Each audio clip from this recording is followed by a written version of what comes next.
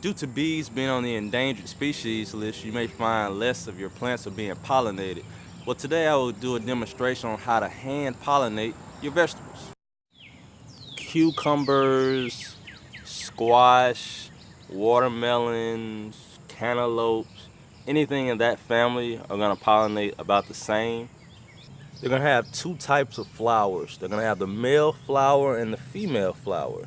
The female flower is going to have a small fruit behind the flower. If you look right here, it looks like a small squash. At the end, there's a flower. To pollinate it, you just want to find a male flower, one of the flowers that doesn't have a small fruit at the end. Get the pollen from the inside using either a Q-tip, or what I like to do is just rip the entire flower off and then just rub the inside of this one up against the inside of the female flower.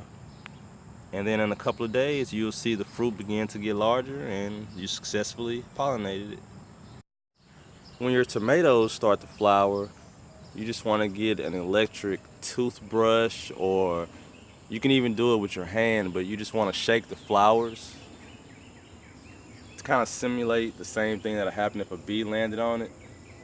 So the male and female parts on the inside can touch each other and pollinate. So anytime you see your flowers beginning to open, just go ahead and shake it, gently, or put an electric toothbrush up against it and you'll pollinate it.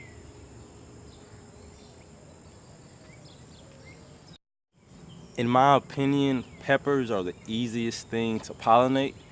All you have to do is wait for the flowers to open and just tickle the inside of it. Let's see. And then it'll be pollinated. Let's see if I can find cayenne pepper flowers. Well, it looks like I pollinated all of the flowers because this thing is loaded with peppers. I got a little surprise. This one is starting to turn red, so I'm gonna have some cayenne peppers in the near future. But yeah, anytime you see the open flowers, just tickle it, and in a couple of days it'll close up and begin to form a pepper. The corn isn't ready to pollinate yet. It doesn't have any tassels or anything. But as soon as I get to that step, I'll do another video on how to pollinate corn.